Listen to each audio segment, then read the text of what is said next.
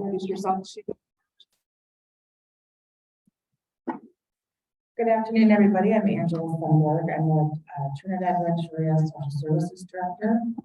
I'm an enrolled tribal member at Trinidad Rancheria as well, and I'm happy to be here. Thank you. Good afternoon. My name is Elgin-DeRouen, and I'm happy to be here. I'm an Indian child welfare advocate for 29 years, and then recently, the last couple of years, I took over as a executive director of an Indian child welfare consortium. And it's just been very humbling, and it's my pleasure to always work in this field. I appreciate you coming to our presentation and look forward to sharing some of our views with you. I'm under Ruis. I currently work for California Tribal Families Coalition. I've been there almost a month. Prior to that, I worked at Southern Indian Health Council in Alpine as the director of their social services programs. That one up. And then I went to work for my tribes. I've been doing ICWA Advocacy and being a director of the program for 37 years. So I grew old, and but it's a job that I love.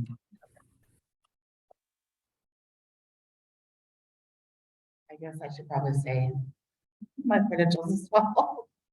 I've been doing social work for 20 some odd years now. I've been started out with my parents doing foster care, so I've been in the social work world since I was about 8, I think. So, but I've been an ICWA advocate for, I don't know, 15, 20 years.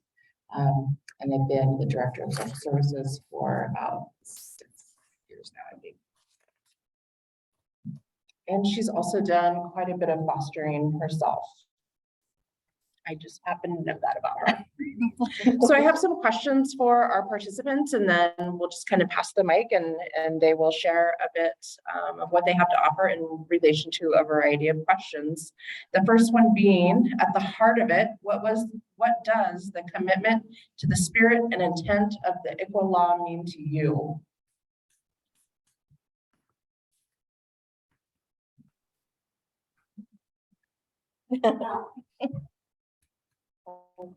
So, one more question. Let's see. The heart of it, what does the commitment to the spirit and intent of the Indian child welfare law mean to me? First of all, I want to say that I think the Indian Child Welfare Act is one of the most well-written, beautiful pieces of federal legislation ever created for tribes. It has its flaws, and there are some things that over the years people have looked at trying to change, but this is the one area of federal Indian law that we're able to talk about our traditions and our culture. We're able to bring in this information into court cases, into Indian child welfare cases, where we're able to speak upon what those traditions and practices mean to us as tribal people. We're able to offer that and educate court systems and other people who are part of these legal proceedings. And we need to let people know that that's one of the bases why we intend to maintain our relationships with our children, because without our children, our tribal governments will cease to exist.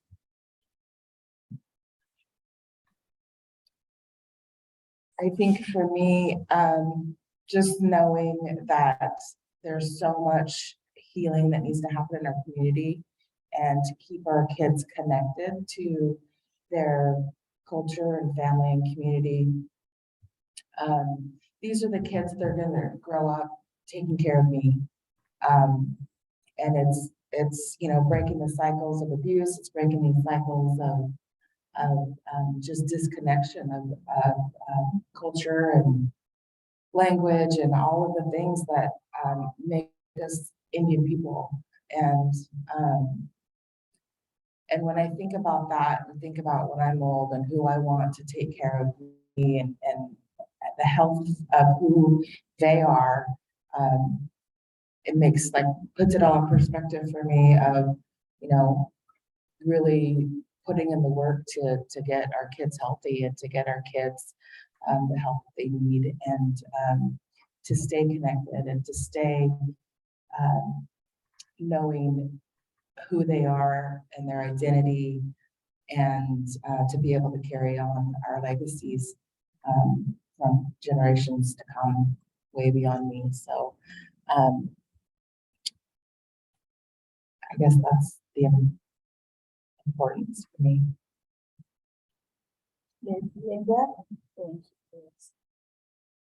For me, I think it is because who knows our children better than we do, right? When they're trying to take them, place them in some stranger's house, that becomes completely different than they live the majority of the time.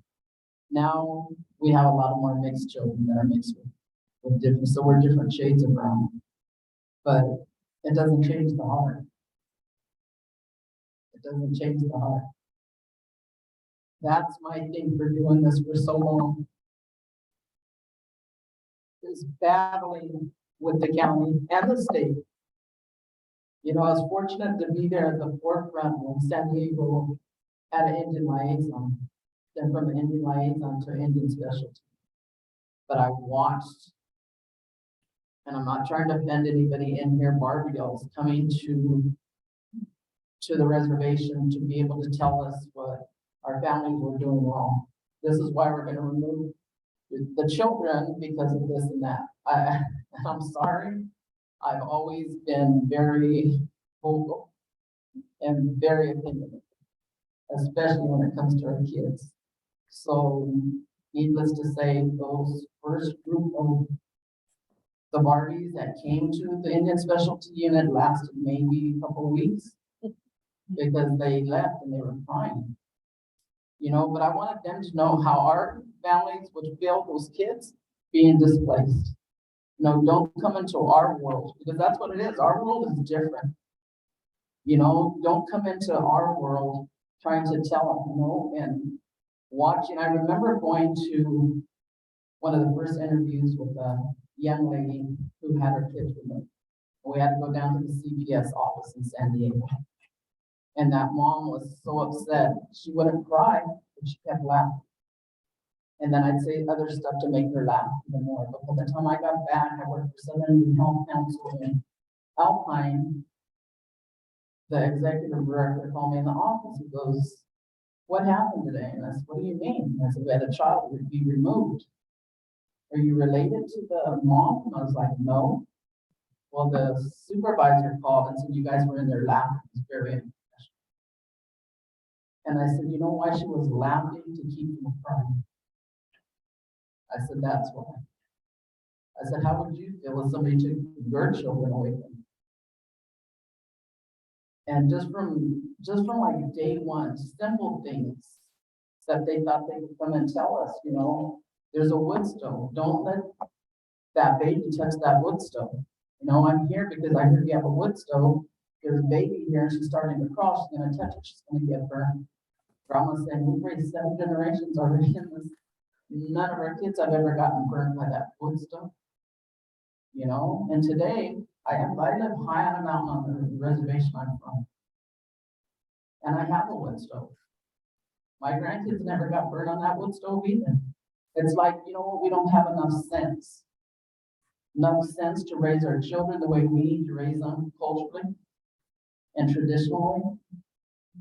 And back in the day, we would never see this many tribal social workers in one spot and even have a seat at the table to be able to tell them, you know what?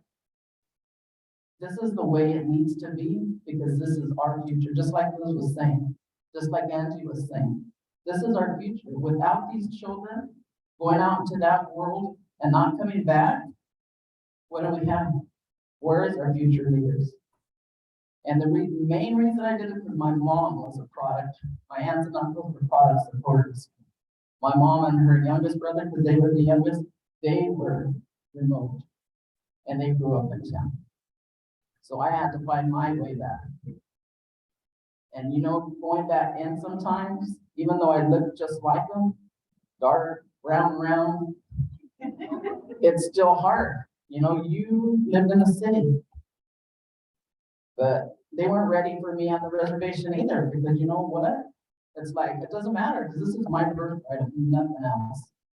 I won't even say what I said to my own people, but that's what it is, you know, we have to advocate for these kids. And we have to have a place at that table with county workers and with the state workers. You know, and I know because I've just had the pleasure of meeting Angie. I've seen her now that I serve face to face. But with Liz, that's what I was saying, you know, with like Donald, this is an Indian specialty. You guys think I'm a fierce, mean woman? This lady over here, up the north, Northern California, yeah, this is the one over here. Don't let those lips fool you.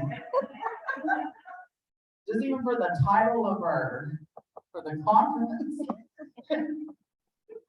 we couldn't even come up with a title of the conference.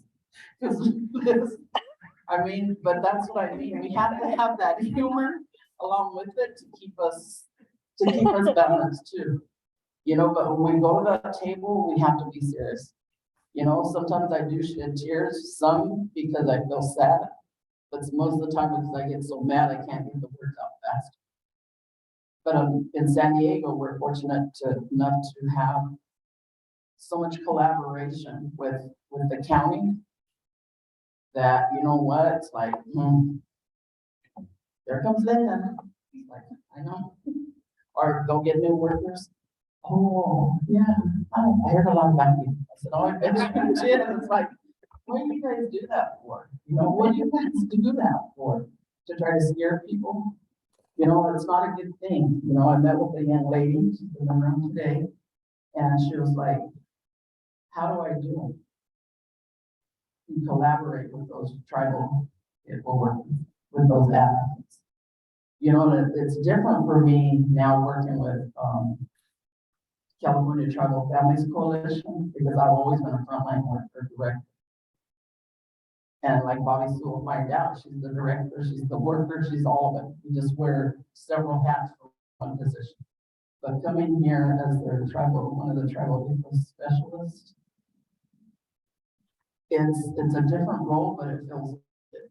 And then I get to work with a really, really smart lady like Geneva. You know, that I watch her do her trainings, and it's like, wow, this is so cool to be able to do that. And just like being in this room and thinking that we have some knowledge, you know, it feels good to my heart, not for me, but for our kids, to see that there's so many of you out there that are going to carry that on, because it's a passion of yours too, or you wouldn't do it. And you sure don't get big enough.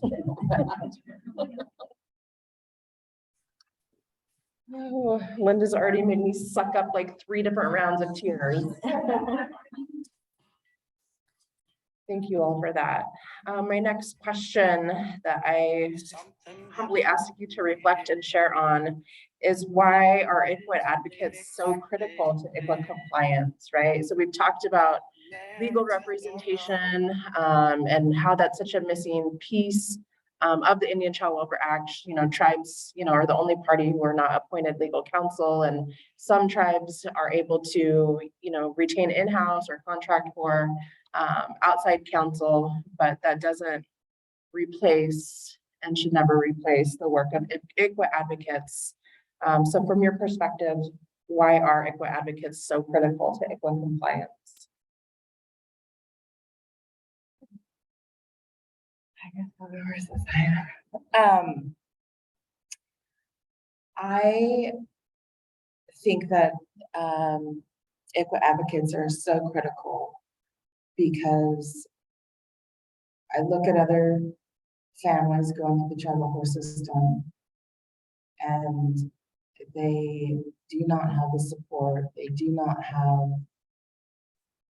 the way social work is supposed to be practiced in their corner. And I'm just so thankful for our families to have this law behind them, and to have somebody sitting in court and sitting behind the scenes. And I should not even use the word sitting, because I know that none of us are sitting around you know, just not doing anything. We are fighting for our families every single day with the judges, with the attorneys, with the social workers, with the service providers, with mental health system. It's across the board that we are out there advocating and changing the system and making this world a better place for every single child out there, not just our Indian families and kids. When I came back to my tribe at Trinidad, Rancheria, we had, I think, we're a pretty small tribe, 250 members.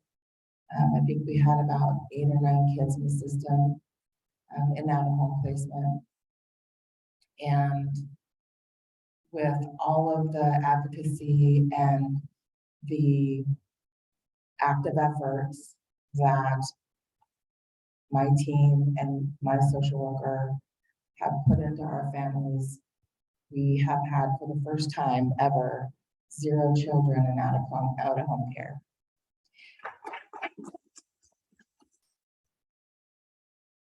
I couldn't do it without my team. I couldn't do it without my social worker Melissa sitting over here.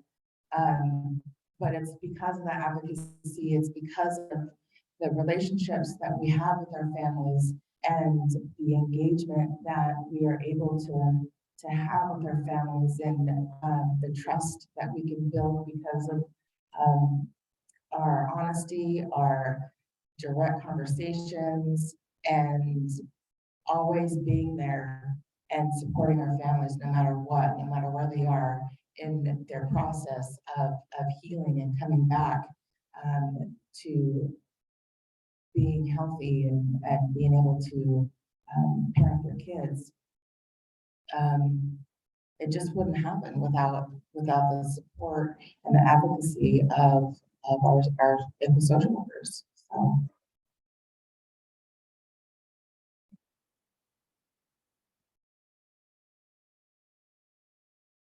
Why are ICWA advocates so critical to ICWA compliance? I think I can only speak for our reservation, because we've never had an attorney. When I was at Southern Indian Health, I was there almost 20 years too. We never had an attorney there either. So I was the attorney. You know, I had to learn things that I never thought I would have to learn. You know, but I never lost a case. I've never had to appeal a case either, because I think I am so old. You know, but I knew a lot of attorneys. You know, I've known Joanne, you know, audience for a long time. You know, she's probably one of like the first attorneys that I've met, you know, and Michelle, who's at Chanta, you know, a lot of them are CILS. And I think that when I would get into like a bind or something, it's like, okay, who can I call just to ask this question, you know, make it so I'm answering not sound completely dumb.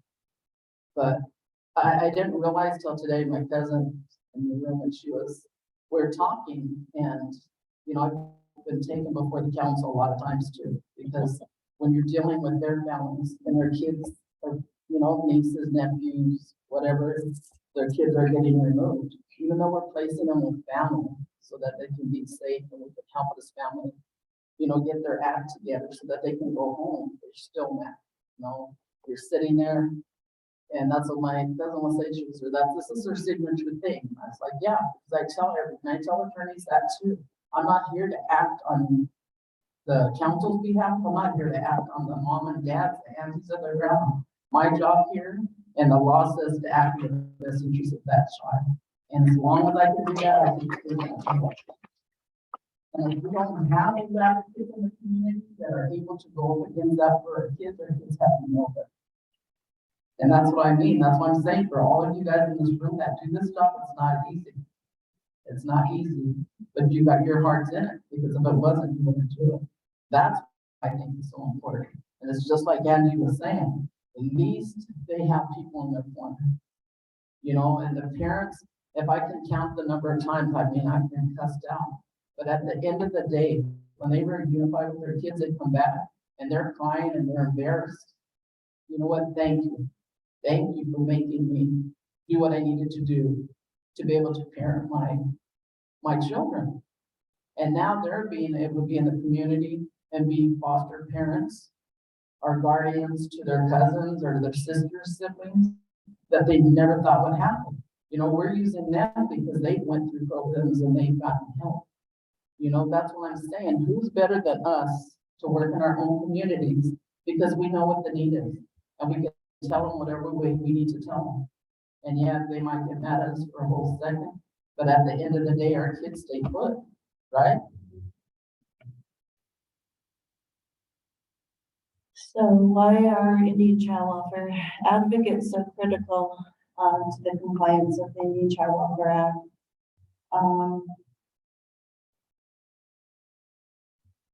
I guess the advocates that I know, and personally myself in our program over the years, we've been given and we've been blessed to serve on behalf of some awesome tribal governments that, you know, allow us to do their work.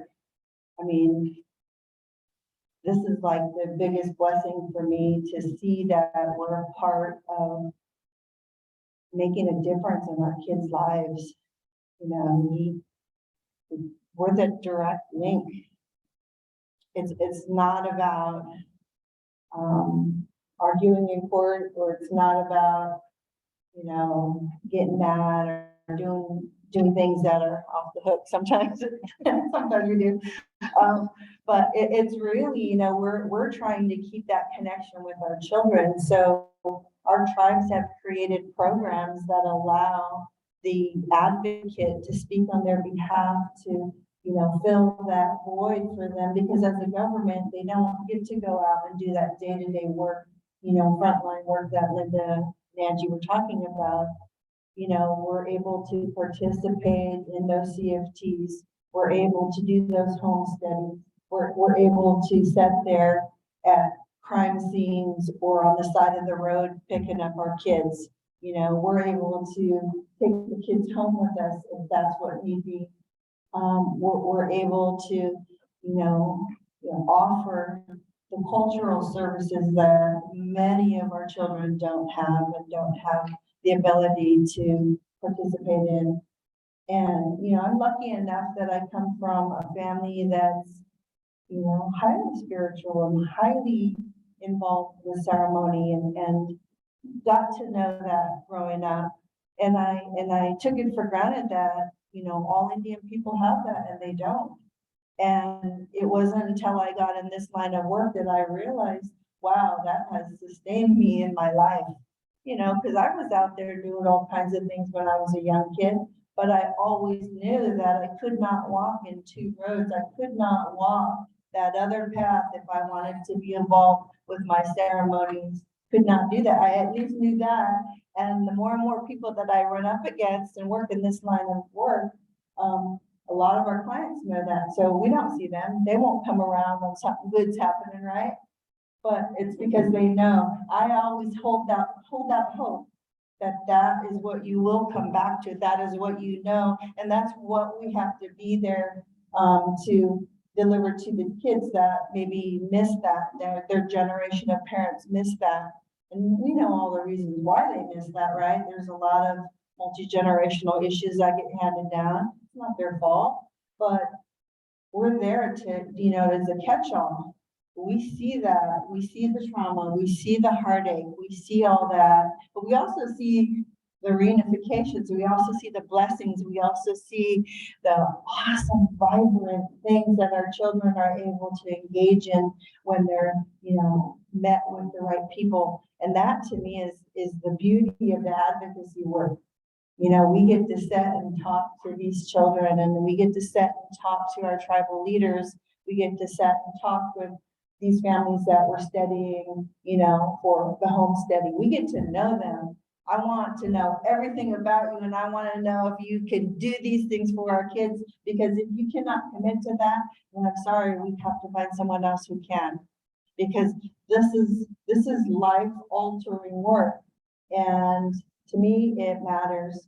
I know what my traditions and culture have done for me over my life. And I want children to know that their tribes have all of these vibrant and beautiful traditions and teachings, and they should be a part of that. And that's something that I will strongly advocate for. That we see is something that needs to come into these case plans. Our case plans cannot be silent without that type of enrichment.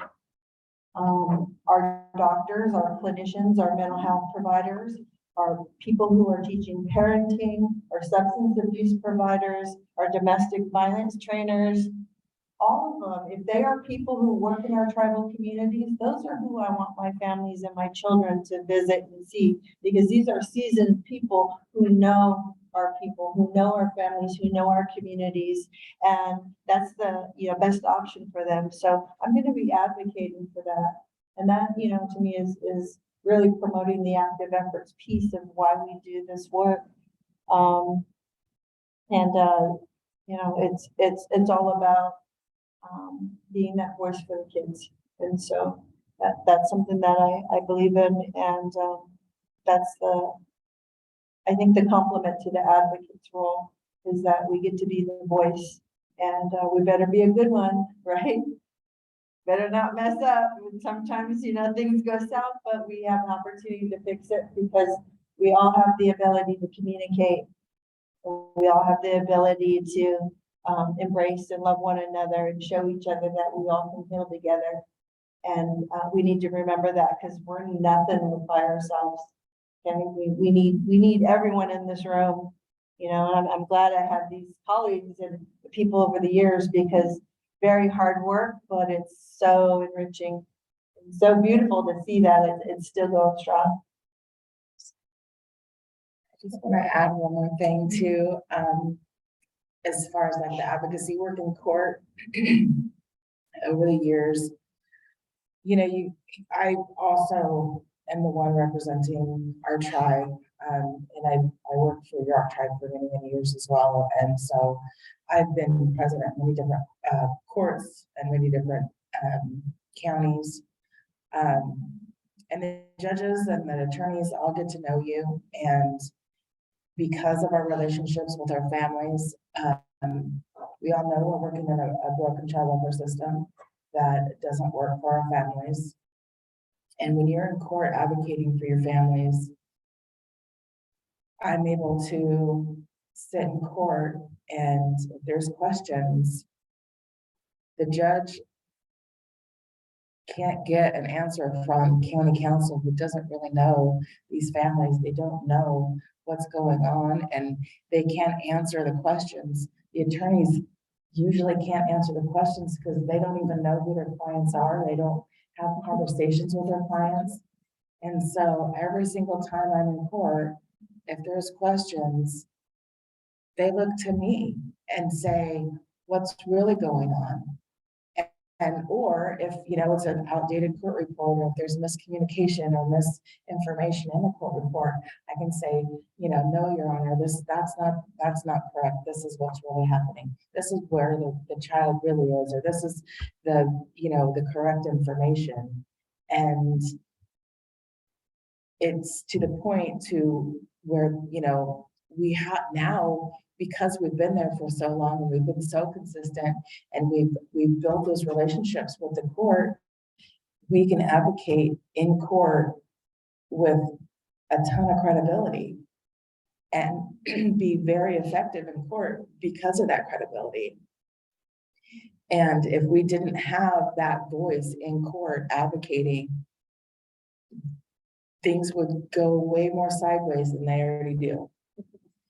So I just wanted to add that to the importance of ICWA compliance and ICWA advocates and advocating for ICWA compliance. So Beautiful, thank you all. Each of you articulated so eloquently in your own way, the role of ICWA advocacy and the importance, and really also just illustrating what that really looks like day in and day out in many ways. I often, relate to those who are learners or, are struggling to kind of understand, the tribal side of child welfare practice. And I really think of it like in child welfare agency, like county-based system, you're really kind of taught and expected to maintain strict boundaries and to kind of be very impersonal, like out in the community if you run into your clients, for example, and certainly like not accepting any gestures of appreciation. And I've even heard some kind of relate it to their experience of having it be like a robotic, like my child welfare social worker is like a robot, like be human with me.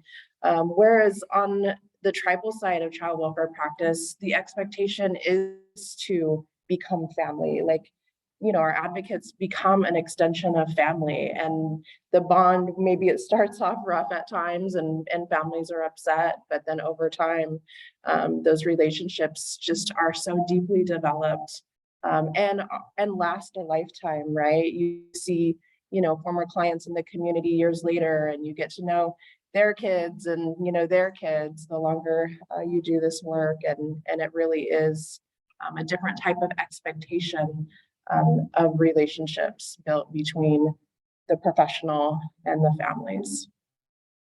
A final piece, and you all have kind of articulated this in some ways, but if you want to add anything around who or what has influenced or inspired you to commit to this important work. Like, how did this become your path? How did this become your life's work? And if there's anything you want to share about that.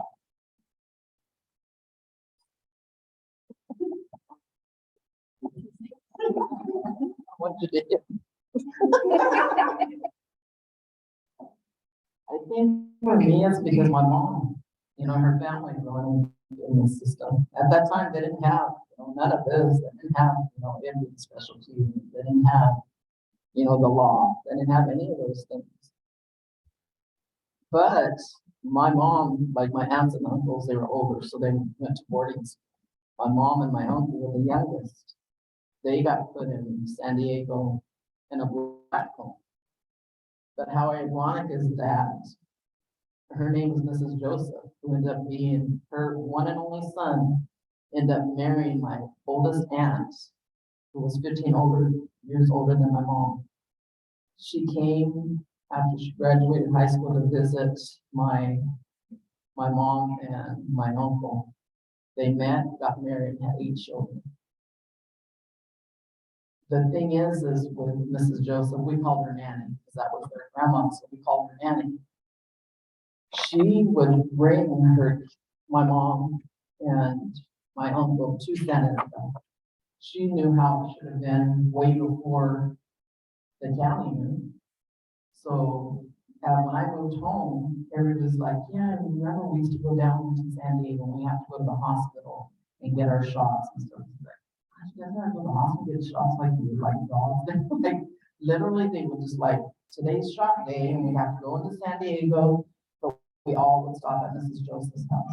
And I was like, really, yeah, we'd spend the night and get up and then it was our turn to get our shots. Wow.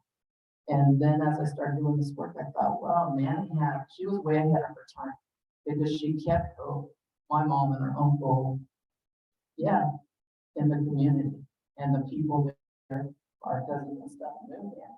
And I thought, how ironic is that she knew that's the way it should be. And I don't I'm not trying to be mean to anybody in here that's not Native, that works for the county, because your guys' heart is in it too. All I ask is that when you do go in those homes and you do have an advocate, let them lead you. Let them lead you. Let them show you, because that's your way in that door. I've watched a lot of county workers become really close to those people too. I've heard, at least I had a really good social worker. At least that social worker took that time to learn, our ways, and they come in. There's some in here, I'm not gonna single them out, that really follow that.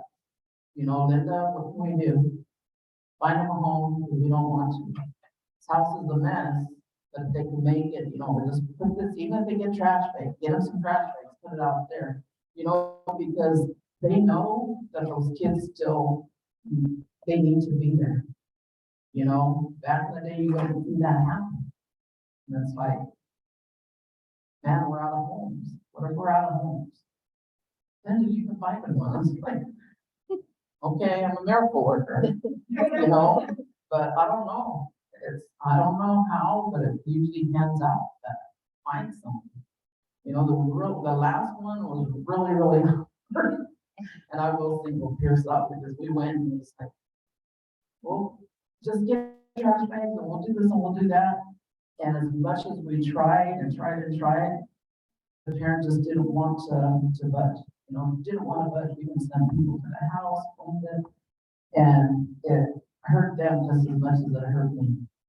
But the little guy, he's in a tribal placement, he's doing really, really well. But it's those kind of relationships you want with those county workers. You know, those county workers that are willing to work with you, trying to prevent that removal. You know, and I tell them, you know what? You know when children are removed and they're native, you have to have a qualified Indian expert witness. So when you're gonna come up against, and I'm sure it's the same way for Angie and Liz, because we're all qualified Indian witnesses, so you better spell it out. Don't give them a pamphlet and say, oh, here's this, here's that. You better number it. You better have a number of every single thing you did. Transport them to visit, transport them, you know, try to do this, try to do that. Every single way that you can, and what you've done to try to prevent the breaking that down. Because if you don't, these attorneys, like Joanne, it ain't gonna happen. It is not gonna happen. Yeah, and I really admire because, you know, they listen. And to the one woman today, I give her props because she said, you know what? I've never done this. I worked in a group home. She said, and my intention wasn't even to get into the Indian specialty yet. She said, but I think it's a good idea because I haven't learned any of that. Do you have any tips for me? Yeah. Listen to your ICWA workers because they're your way. You know, and the ICWA worker was sitting there too. And she was able to share some of the stuff that you saw her do when she went in that house. And she sat there and she listened. And I really like people like that because they're coming into like a foreign world. You know, there's so many people that do not know how many reservations that we have here in California. You know, they think, you know, all the natives that are on the, you know, we have like Navajo Nation, we have Cherokee Nation. And I laugh here because ours, Rancherias or tribes are small compared like to the Navajo Nation. Now they're my grandkids are part Navajo. Their enrollment numbers are like 600 and something, you know, I'm like, what are you being Asian and Santa? Well, we're not a nation, we're not Navajo. But when people come onto our reservations, like we were going into, you know, a foreign country, you know, we have to respect that. So I respect all of you that are not native that take that upon yourself to come into our world and take that time to learn. Because it's not easy for you either. You know, like I said, I make people cry. I don't do that anymore, right here.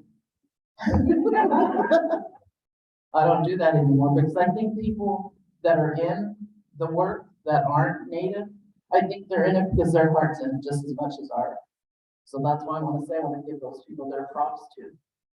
Because they don't have to. You know, they can work on a full, especially in San Diego, they can work on a full, completely different unit. But the reason I got into it is because my mom, I didn't want kids to be separated and have to find their way back home. She didn't have to because of nanny. But you know, you hear so many stories. There's that with people that were adopted out and coming home for them wasn't easy because of the things that happened to them, either at boarding school or in those foster homes. Why would you remove kids from foster home where there's molest or incest or alcoholism, and then you put them in a foster home and even worse things happen to them? You know, we've seen so many movies that it's happened. You know, and now we're in 2022, those things shouldn't be happening anymore. You know, but I know that they do still happen. You know, how many graves did they find with their kids? that went to those boarding schools, or that went to the, parochial school. It's a sad thing, but that's why I did it. I didn't want kids to be displaced anymore.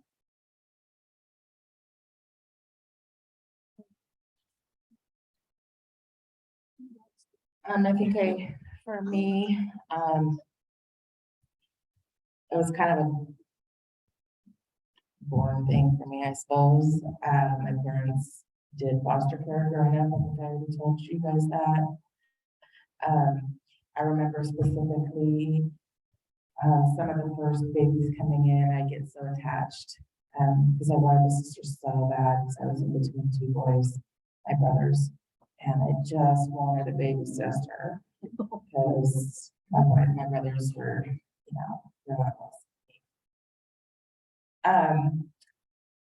And I remember the babies coming and me being so attached, and when they were going home or getting, placed with a relative or whatever, me being always so worried because I wasn't sure that those babies would be safe. And I was like 8.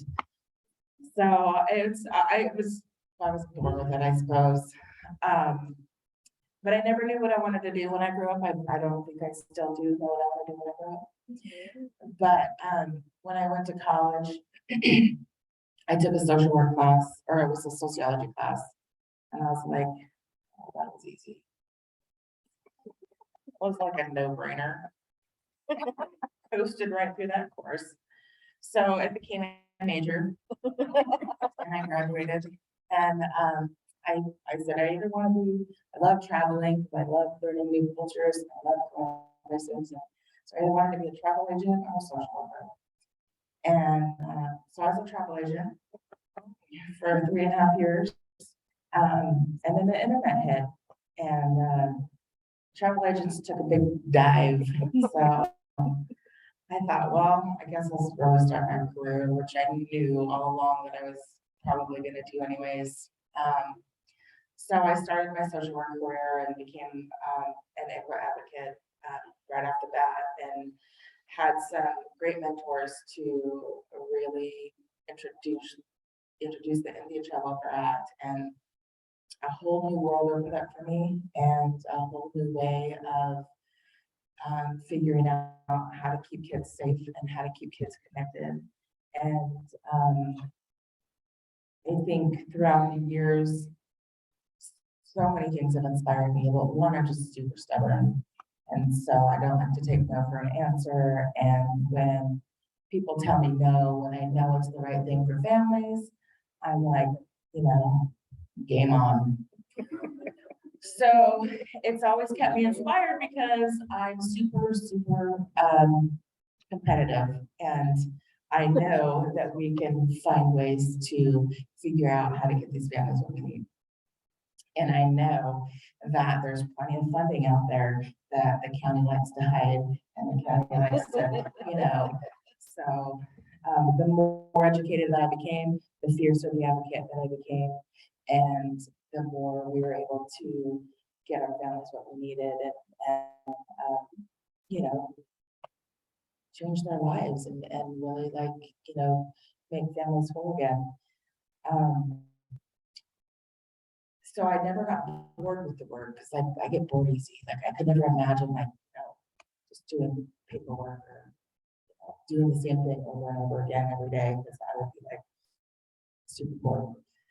But you never get bored with this work. It's always, every family is different. Every, some parent has a different attitude or a different way of, and you always have to figure out, that niche to really get them hooked and really get them in there. And so it's always a fun challenge for me to figure out how to get these families hooked. So they always keep me inspired. They always keep me motivated to keep doing the work. And then the longer you're in the work, the more you see these families come back around, because they always hate you in the beginning. And they always, think that you're the devil. And when they get healthy, they come back, and you're bonded for life. because they want to, like, you know, credit you. And I'm like, it's not me, you all did the work, you know?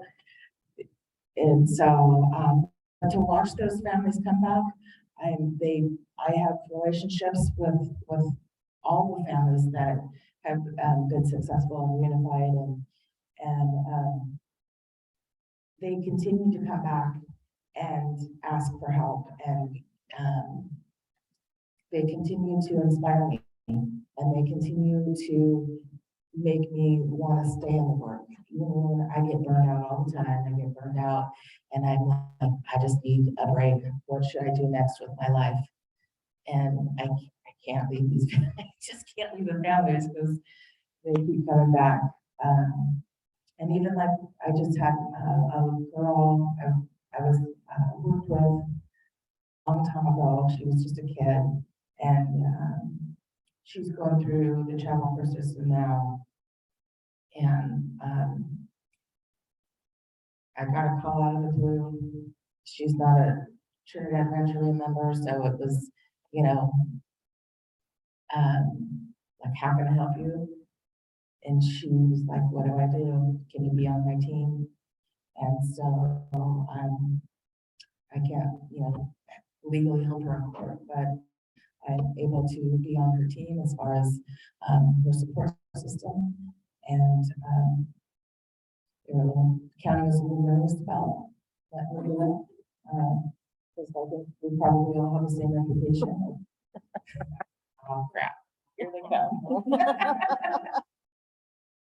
So, but it's really like, and, you know, again, that's something that really inspires me, knowing that I touched her life in a way as a little girl, to know that she could come back and ask for help, and maybe a safe person to, and a trusting person to know that, you know, I'd be in her corner, and I'd really like be honest with her about what she needed to do, and, you know, not lie to her, not, you know, be backwards or whatever with her. So she's doing great. She's on the reunification path. So,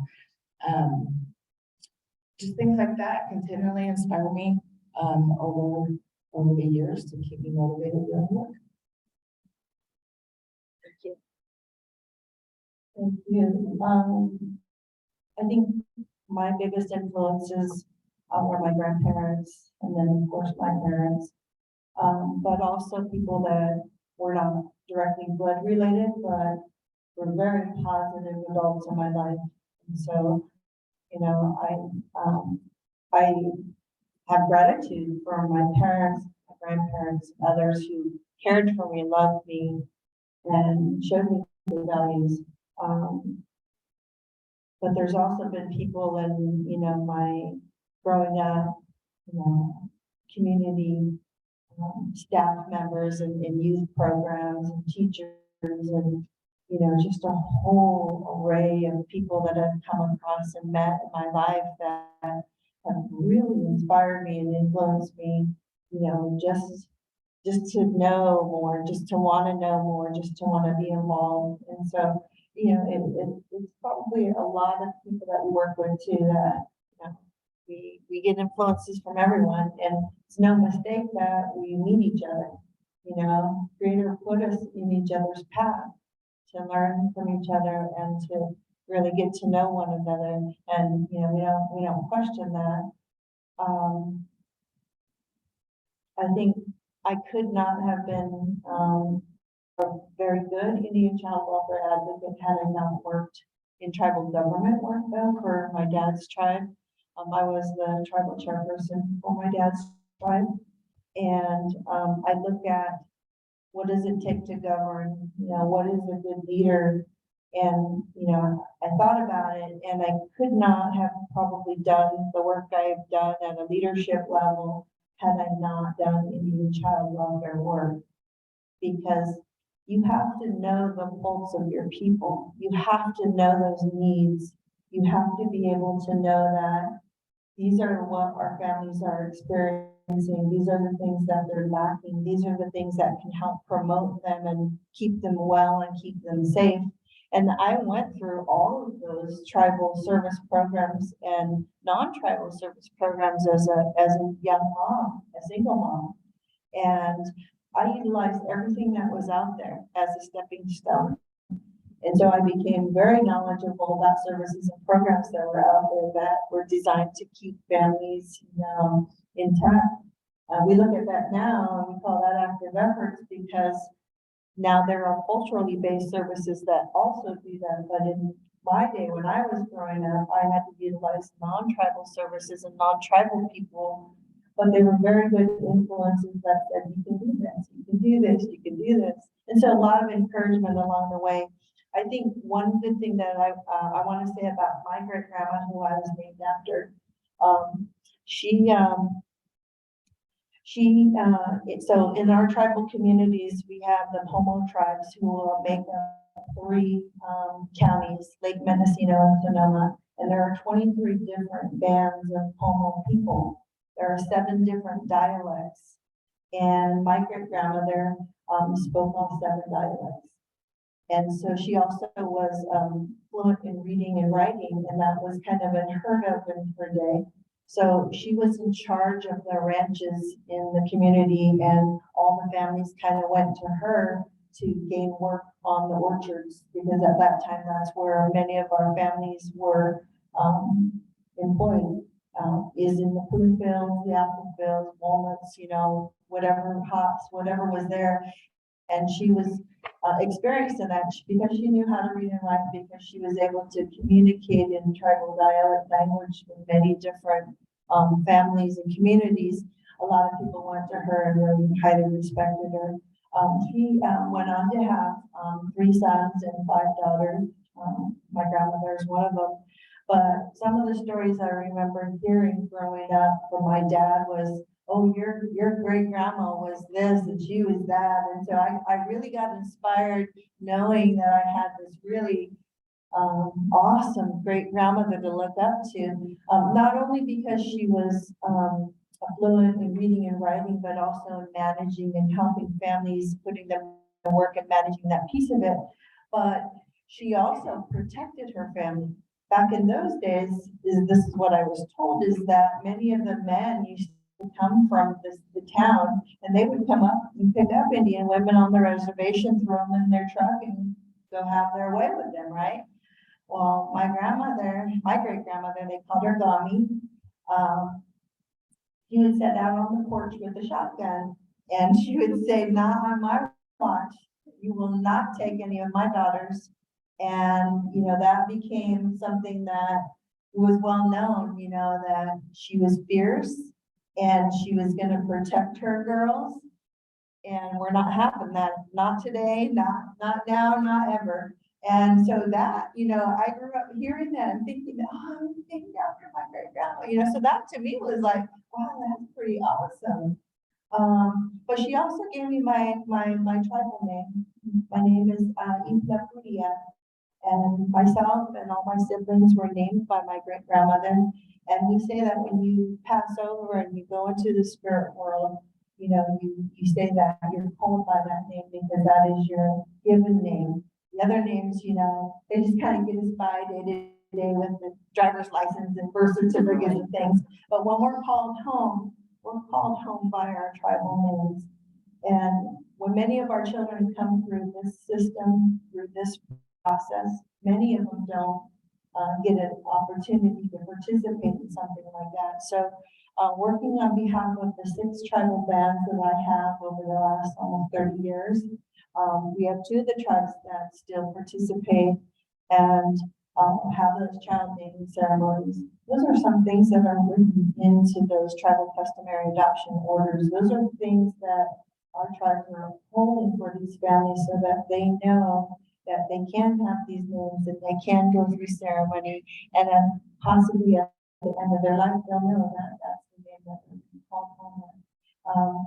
So that's kind of like a wraparound for me, that my whole influence is about, the family in my life, the people that I was allowed to be around and know, and good people,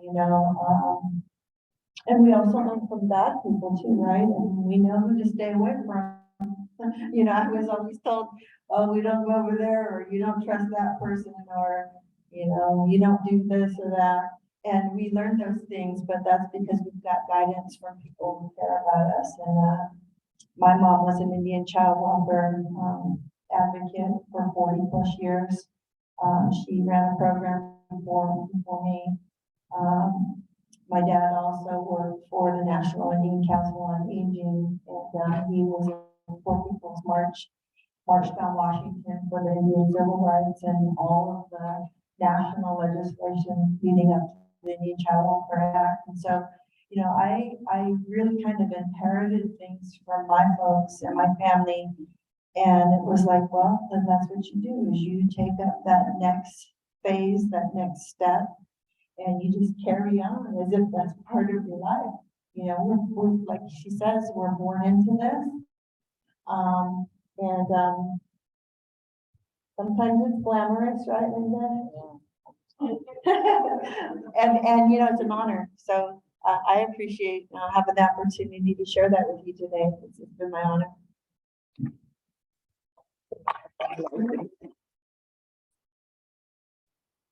So that brings us to the end of our time together today.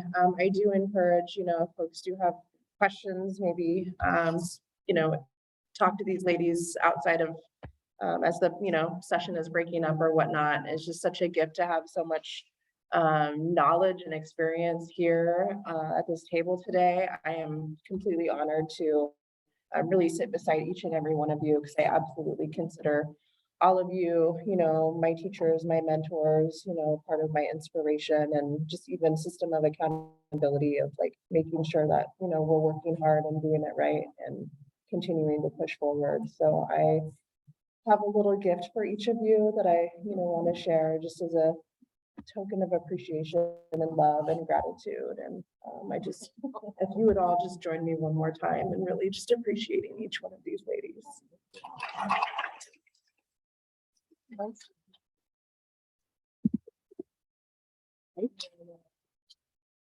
know if there was questions on that. There was questions, but. Sorry, everybody. We're chatty.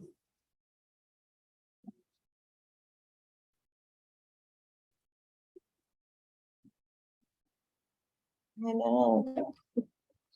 Part of your evaluation needs to be that there needs to be little snackies on the table, right? We need some snackies in the hall or something, you know? You say, anybody got anything to snack on, you know? That kind of keeps it going. Choose some different choices and then we'll figure out what we're which ones do you like? No, I think. We're so genuine and special, and I know that that was the intention behind the workshop, but I just feel that, you know, because working with the tribal community and the level that stories play and the way in which you shared it passed on, like your story in this workshop is just developmental for me as a tribal social worker and working with our tribal family. So I just want to let you know that I heard your story, and I can't wait to take your teaching and share it with our family. Thank you. Thank you, Angie.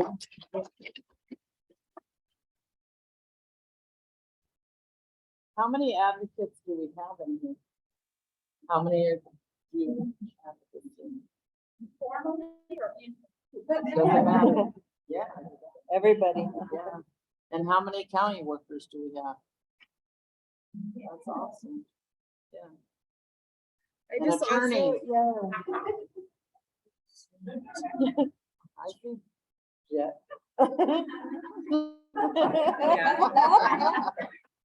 I just really want to encourage everybody to really build your system of support as social workers and as advocates, because that's also what has always sustained me and inspired me. Is I have such a great group of badass women that are, you know, help me.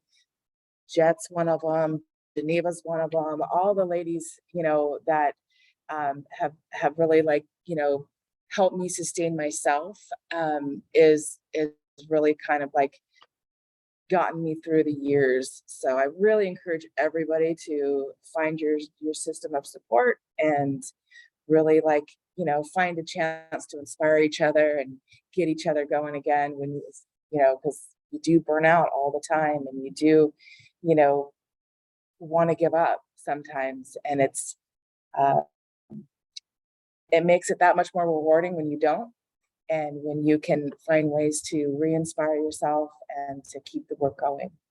And there's those days that you just have to, like, a bunch of us got together last night, like me and Liz, Susan, the lady that came in, Nancy Curry, was the director for Sabova.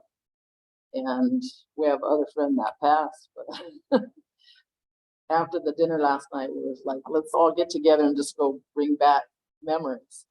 So they all went up to the room and I said, I'm gonna go change and then I'll be up.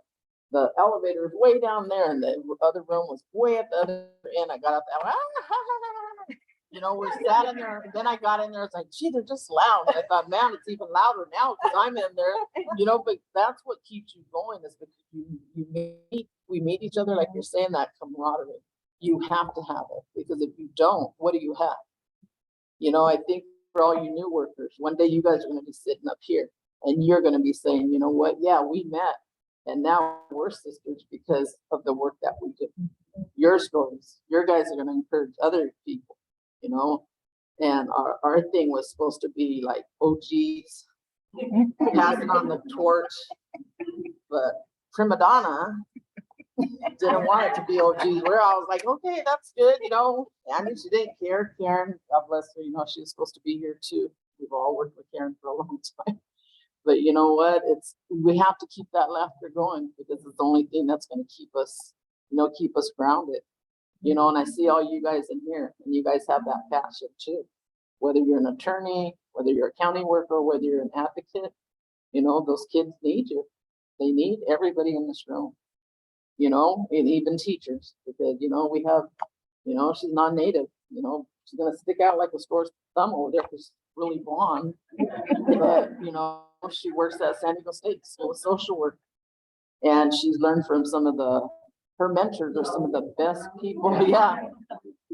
Some of the tribal leaders down here in San Diego County, you know. And one of the ex-tribal leaders was like, we're going to teach on historical trauma. And his wife became ill, so she had to leave. He was, I can't do it. And I was like, wow, look at me. I'm white. I said, you learn from the best. He shared all those stories, all his traumas. She got up there and she did her class. I said, I'll go sit there. All of her students are native, you know, in her school that she teaches at. And they all stood up and they gave her props. They were like, you know what? You've helped us want to be the best social workers. Because you're teaching ICWA in those classes. You know, I watched Geneva. You know, I just met Geneva. I haven't, you know, in person, this is the first week I've ever seen her in person. But I asked her to sit on she did a Zoom for ICWA 101 or something, right? And I was like, man, I know this like the back of my hand. But just to hear the passion in her, you know, like you're saying, you give us our props.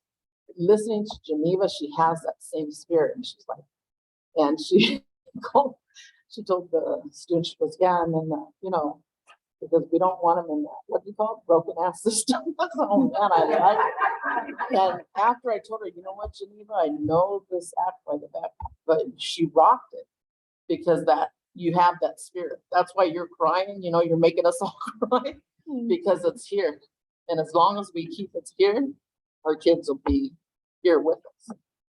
So I just want to thank all of you guys in the room too, because you guys do it for the same reason. So thank you for coming and thank you for the things that you guys do.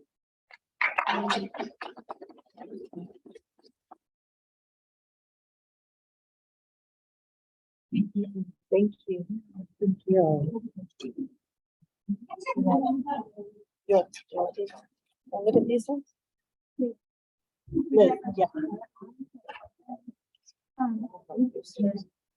You're welcome. And I have to leave you. I'll see you in your thing. I'm on my way. Oh, I better, this is really beautiful.